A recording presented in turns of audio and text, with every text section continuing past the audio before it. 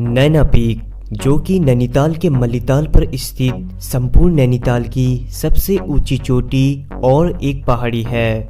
नैना peak Nainital के उत्तरी किनारे की तरफ स्थित है।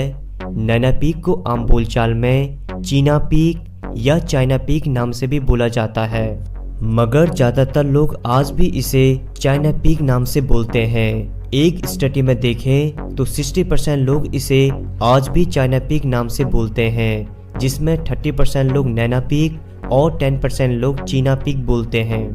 वैसे इसके नाम की इतनी वजह क्यों है, ये आपको मेरी चाइना पीक वाली वीडियो में पता चल जाएगा, जिसका लिंक आपको वीडियो के डिस्क्रिप्शन में और वीडियो के एंड में मिल जाएगा। नैना पीक की ऊंचाई का अगर हम मेजरमेंट करें तो समुद्र तल से इसकी ऊंचाई 2615 मीटर है। नैना पीक जाने के लिए आपको किलबरी या पंगोट का मार्ग अपनाना पड़ेगा। लगभग 5 से 6 किलोमीटर की चढ़ाई करने के बाद आप नैनीताल की सबसे ऊंची चोटी नैना पीक पर होंगे।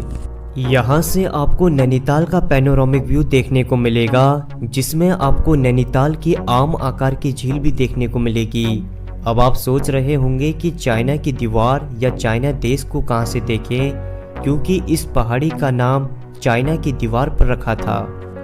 दोस्तों, आप इस वीडियो में बने रहिए, क्योंकि आज इस सच्चाई में से मैं पर्दा उठाता हूं। लेकिन आगे बढ़ने से पहले आप मेरा YouTube चैनल नैनीताल मेनिया को सब्सक्राइब कर लीजिए, साथ में बेल आइकन को भी दबाएं, ताकि मेरी आगे आने वाली वीडियोस सबसे पहले आपके पास होगी।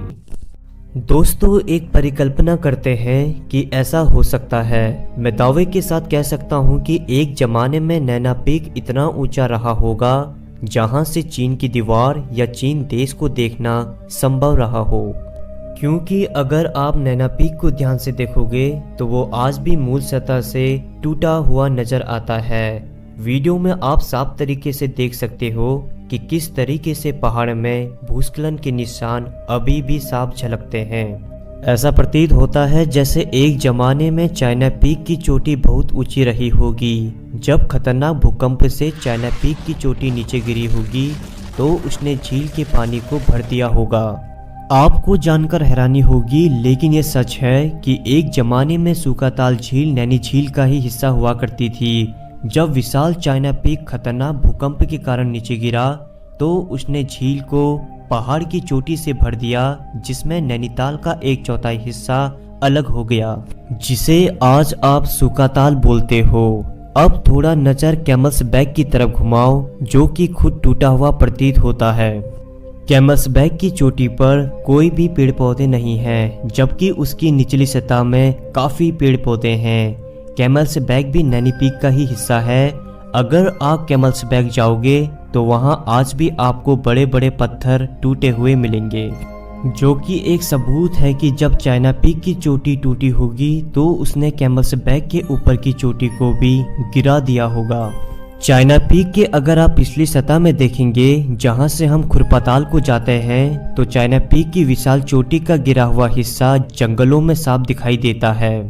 सोचने की बात है कि जंगल में घास फूस होनी चाहिए, लेकिन विशाल पत्थरों का एकाएक वहां पर कुछ जमा हो जाना चाइना पीक या नैना पीक के टूटने की वजह दिखलाता है। दोस्तों, नैनीताल को अगर आप स्कैन करें तो वह प्रत्येक कोने से टूटा हुआ नजर आता है। और यदि आप भूस्खलन की बात करें तो हाल ही में बीरबट्टी के सामने भयंकर भूस्खलन हुआ है, जो कि उदाहरण है कि समय समय पर आए भूकंप और भूस्खलन के जरिए पुराने नैनीताल का ऊंचा धरातल आज नीचे की तरफ बढ़ रहा है। अगर हम अर्थक्वेक एनालिटिक्स को चेक करें तो नैनीताल जोन 5 में आता है, जिसका मतलब सबसे ज्यादा भूकंप और भूस्खलन वाली जगह होती है। दोस्तों, मेरा उद्देश्य आपको डराने का नहीं है, बल्कि मेरा उद्देश्य आपको उस